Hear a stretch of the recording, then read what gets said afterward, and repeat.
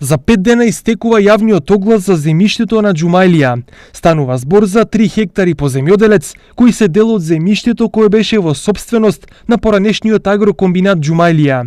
Со јавниот оглас се опфатени 907 хектари, поделени во 10 блока.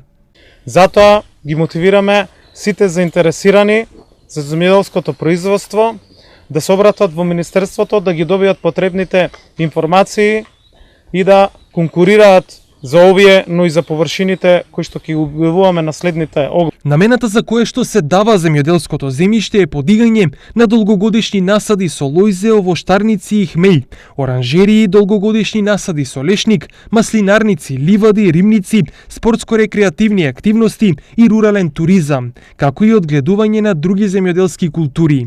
Овие 10 блока се дел од третата од 4 географски целини за овој регион.